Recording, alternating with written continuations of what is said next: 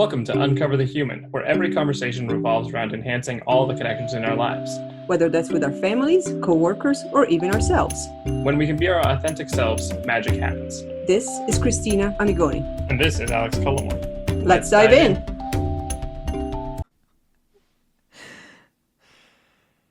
Hello and welcome back to this episode of Uncover the Human. Today it's Cristina and I, and we're going to talk about something that's just, I think, oodles of fun. And that's...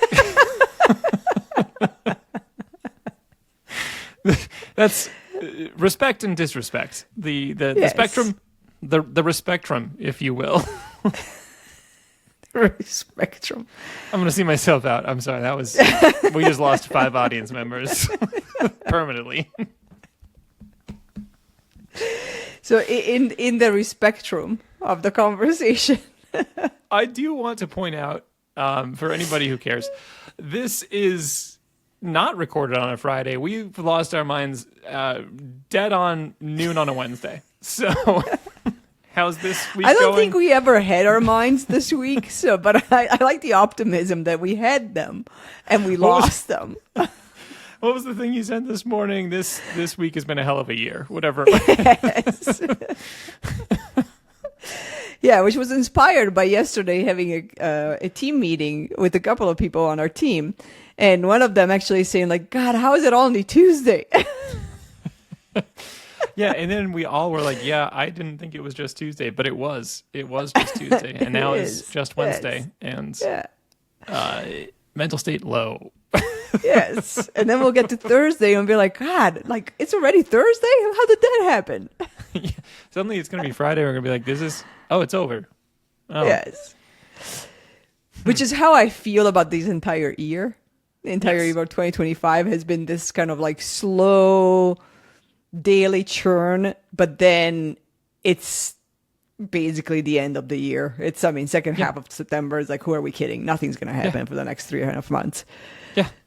I'm already know how it writing happens. 2026 when I write dates down because it's done. I think that might just be aspirational. Yes. That's where I want to be. Yes. Hopefully things are better by then. Maybe we don't want to be there. You know, who's to say? Black hole. Teleporting into space. So back to respect. On the respectrum, our angle may end up being, and this is a warning so that you can stop listening if you don't actually want to get through the next 20 minutes. It may end up being about recognizing the lack of to recognize that it matters. Yeah. It's almost like you're in the desert and you realize how much water means to your survival because you don't have any. Yes. And I do like that metaphor. And I believe that at some point we may get to the idea that you might be glad you're not thirsty now when you watch somebody else being thirsty. But that drought can come for you. So let's all find out. Rather than being hopeful in our own personal salvation, let us remember the influence that we have on others and the influence that others will have, and the influence of letting something pass even if it's not directly happening to us. Yes. Which, if we continue with the metaphor, that means that if you are thirsty, or you may not be as thirsty, but somebody else is literally collapsed, and water appears in the desert, stealing that, not okay. Because you're still standing and a person has collapsed. I think we've now bridged into a metaphor on capitalism. I'm not sure. I think it could be a whole 5 year of podcasting on capitalism.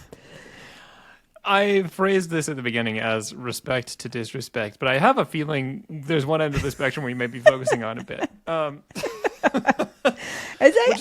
did define the I did provide the warning. This may be a lot more about when it's lacking than when it's present. Yes, but I think that's probably what people are more worried about. We can think about things like respect, and if you're living in a world where there's lots of respect going around, floating your way, floating other people's way, that's fantastic, and you should absolutely pass on all of the traits that you are exhibiting and work to continue to make sure that's the virtuous cycle that continues.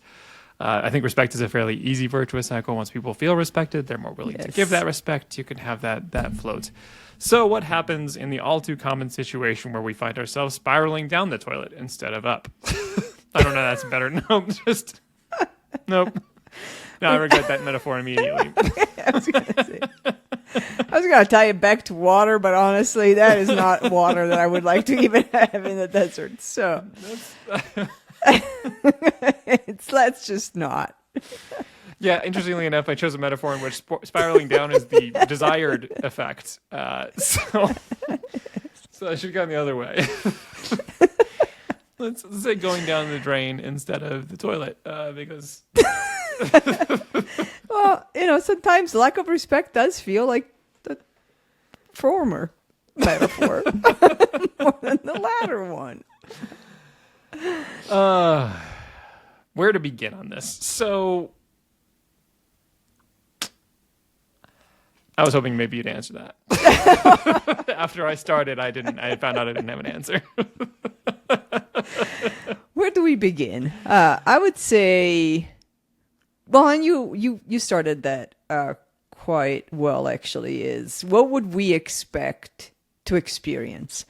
So it's much easier to feel the lack of respect when we are on the receiving end of it, rather than when we're on the giving end of that. And yes, we all do it. Because it's a little bit like, I think you've talked about it in the past, if we're driving down the highway and we cut people off and we're not quite as clean. We're a bit more generous with ourselves. Yes, yes.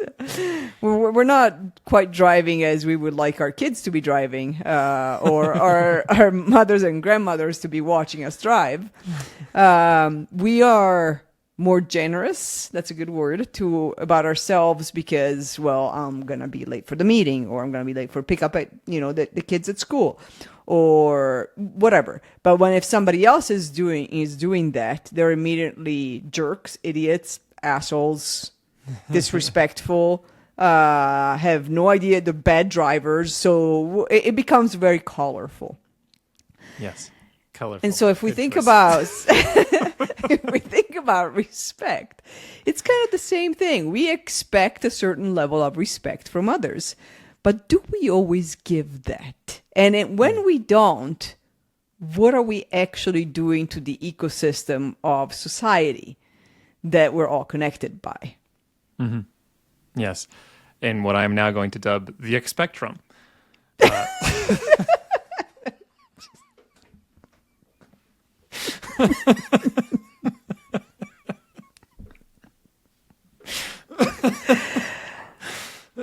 Just so you all know, we're not drunk. No, this is scarily just sober. natural way of being. I had there's 2 no cups need of for coffee alcohol. this morning. I was trying to make sure I would be awake enough for this, and this is still spiraled way out. Down the toilet. I think that's a good way of putting it, because we do have both the capacity to give and accept, and we do, and I think it's called the fundamental attribution error, when we believe that it is a character flaw in other people when they do something wrong, whereas it is an acceptable anomaly when we do something wrong. We understand, like the driving example is like, I know that I wouldn't normally do this. I had to cut this person off because I'm late, or because like, I made a mistake, but I don't usually make a mistake. Whereas on the flip side, you're like, wow, that person is probably bad, and I'm guessing they go home and just yell at people, and they scream at their neighbors, and they light their house on fire, and I'm sure that's the kind of person that is, and it's easy to fall into that. It's natural, and if we can be aware of it, we can then try and capture that a little more and understand what that means when it comes around to our turn. So in our existence of connection with other people, where we do exhibit disrespect, we hope for respect, and we can see both happening for other people. What do we do when we face this kind of reality? And I think there's 2 angles. There's the part where we are feeling disrespected, and there's also the part where we witness disrespect. And those are 2 important scenarios, because it's very easy to be like, oh God, I feel bad for that person, but you either don't want to call it out or feel like you bring attention to it or worry about like, or you're just glad it wasn't you in that moment. And if you're witnessing disrespect, but allowing it to continue, it unfortunately allows for the ecosystem to have that level of disrespect that can then exist when we allow that for other people, when we don't speak up, when we don't say, hey, I didn't like how you did that, even if it had quote unquote nothing to do with us. If we allow for that, it's like boundaries. Once you allow for that, you're allowing the worst. What is that quote on leadership? It's the culture is the worst behavior you allow to happen. Yes. And it's not always about other people. Yes. Yeah. Exactly. Yeah. I think that's a big one. I saw a quote. Robert Redford passed away yesterday, so there's a lot of quotes and clips about him, and one that really stuck with me is, he might have said it, he might not have said it. Seems like the person that would have said it, and I am going to butcher it, so it doesn't really matter if he said it or not. He said something in the genre of. I know. I am trying to actually respect him in this. But it's about when you see something that it's not right, even though you're not part of it, do something about it. Like, saying nothing, doing nothing is complacency. It's allowing for that to actually keep happening. And that is one of the biggest pieces, as you said, is like, it's not just about how do I respect others, but what do I do when I see disrespect happening and I'm not even on the receiving end of it, but I'm witnessing it. And for me, that's one of the big things that it's pretty much unacceptable. I don't have a respectrum on that. I have the spectrum is, you're not a human being that I want to really interact with. I don't want that type of energy in my life. If you cannot look at something that you wouldn't want for yourself and just let it happen. I've gone as extreme as I've seen other people being treated a certain way when getting laid off at a job, and I've quit because when they've gotten fired or laid off and I was offered their job, hell no. I saw what happened to the last person.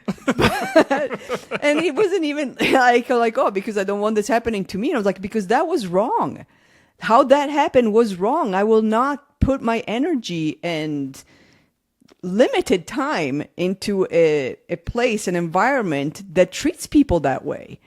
And so I think that highlights exactly the question to ask yourself when you witness something is am I willing to be part of this? Am I willing to put my energy into an organization, even if it's not happening to you, in an organization that would do this, into a community that would do this, that allows for this.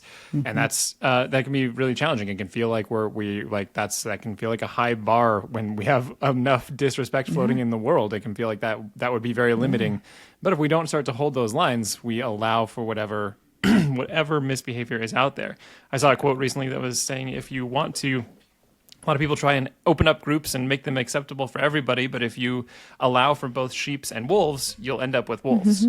And so the idea being, like, if you allow for, I think they also said, like, Muslims and Islamophobes, you're going to end up with Islamophobes. Like you end up with whatever that will, you think you're trying to be very accepting, but if you're not more discerning, if you're not more careful about what you allow to happen, you will end up with allowing more than you wanted, and it can fall to that lowest common denominator. So when it comes to places like the workplace, this becomes challenging, right? Because we have power structures, we have hierarchies, we have bosses, we have expectations, we think we have jobs we don't want to lose. It feels challenging, and the question becomes, what are we allowing to happen to us? What are we allowing to happen to other people? And are we willing to live in that world? And these are not easy things to face down. It's that we live in a world where it feels like there's lots of scarcity. It feels like it's very hard to challenge these things. And the more we allow this to happen, the more we end up sliding and opening that gap for more and more disrespect. So what do we do? Yes.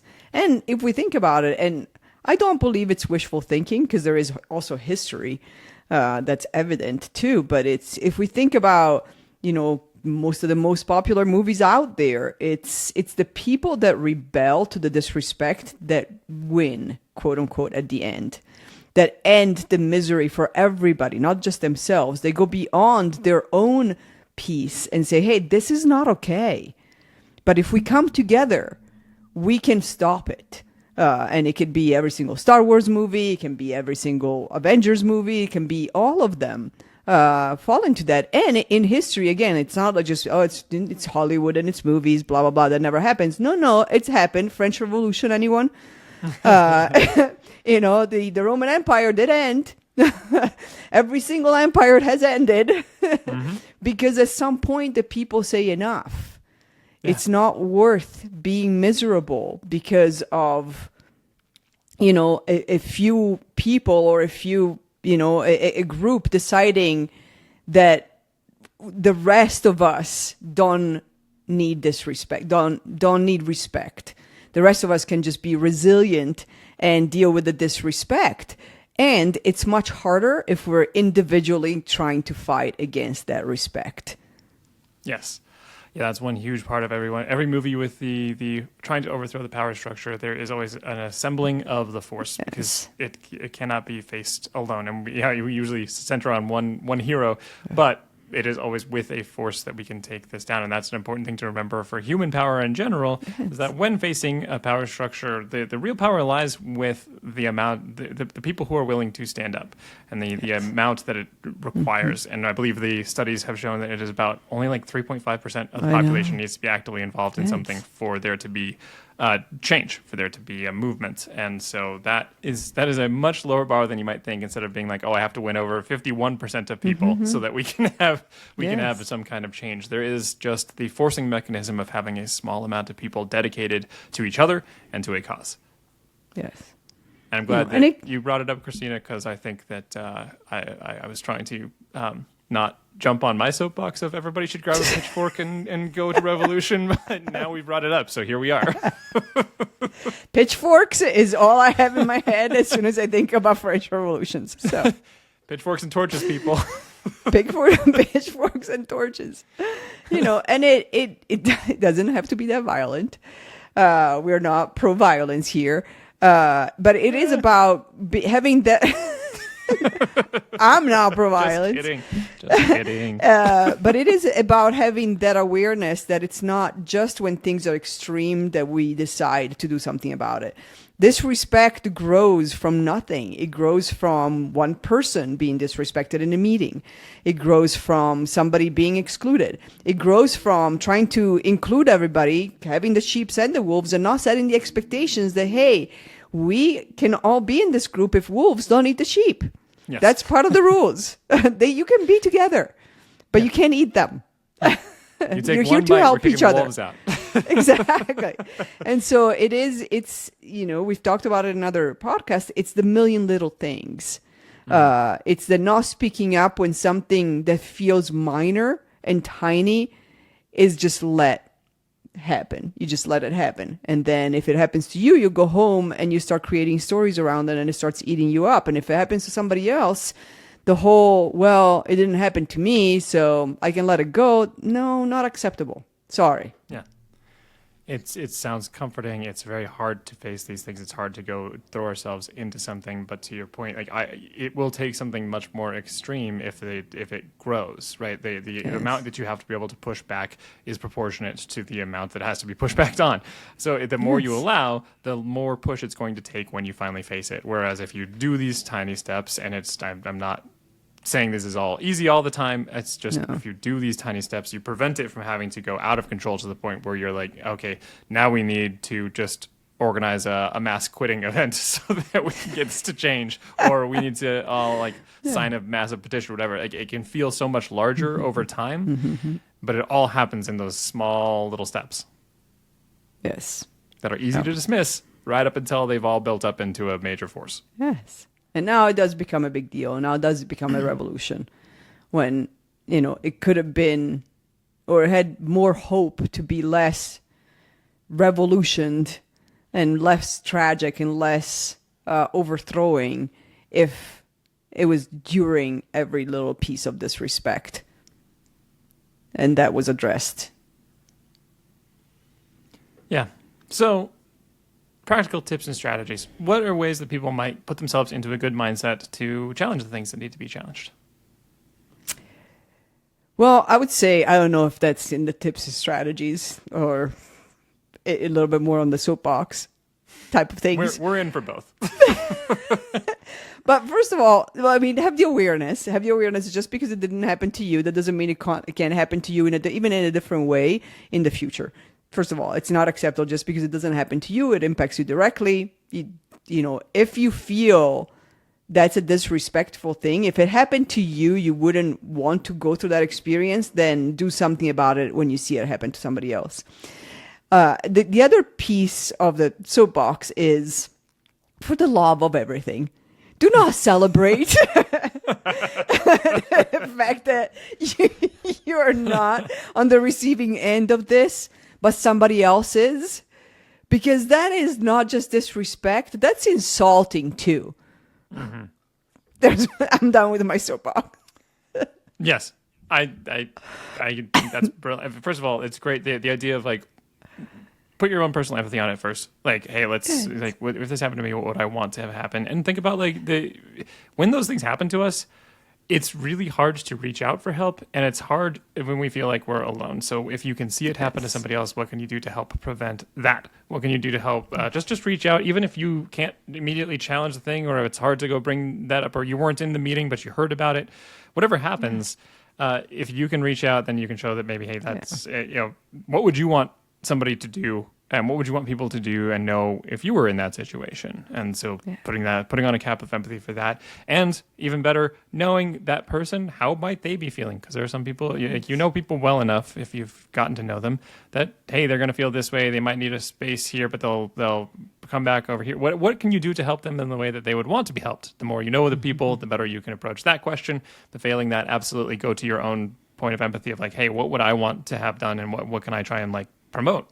Mm-hmm. And I think that also goes back to one thing we talk about all the time, which is core values and non-negotiables. If what is happening if it's violating your core values, is it time to leave? Is it time to be like, I can't do this anymore? This is not part of me. Yeah. And knowing that it's not always as easy to say, I'll leave right now. But even if we have the awareness that this can't be long term, like you start the path, you start the journey into figuring out what can I do that's different from this? Where can I go? And what can I do while I am here? It may take a while to leave a situation that's disrespectful, that you don't want to tolerate anymore. And what can you do in the meantime? How can you set up those boundaries? How can you really corely know that what you're standing on is the respect that you want to live in your life?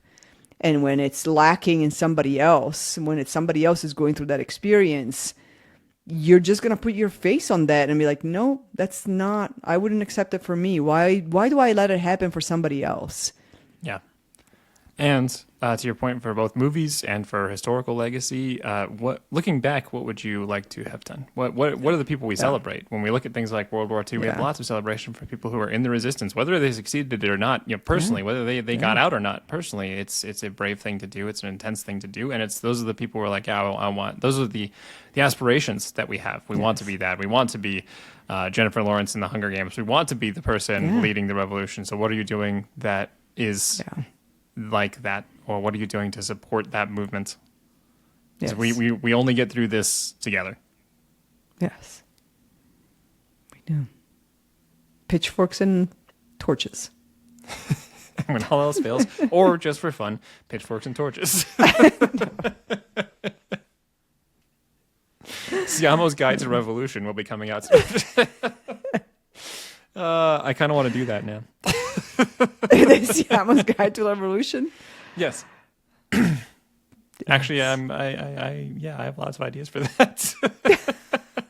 Well, on that note, the violent kind. I don't think that any of those ideas are making it into our book. Yes. Which should either be out or about to come out when you listen to this. Mm-hmm. But it could be that precursor to how do we build respect for ourselves? How do we then relate to others in a respectful way? And how do we lead groups based on respect? Yeah. when we want to have that strength, we want to have that capacity to do the things that we value, to do the things that we know are important. How do we do that? And that is a huge part of the book, is trying to make sure we are in a good standing with ourselves, understanding what obstacles we're going to hit mentally, getting better relationships with other people, and then working with groups. And now I'm not going to add a chapter to the book so that we can have a nice revolution, but it'll be a whole separate book or a blog post. It'll be something. All right. Well, wishing you lots of respect for yourself and others today. Pitchforks and torches on the respectrum. Thanks for listening. Thank you.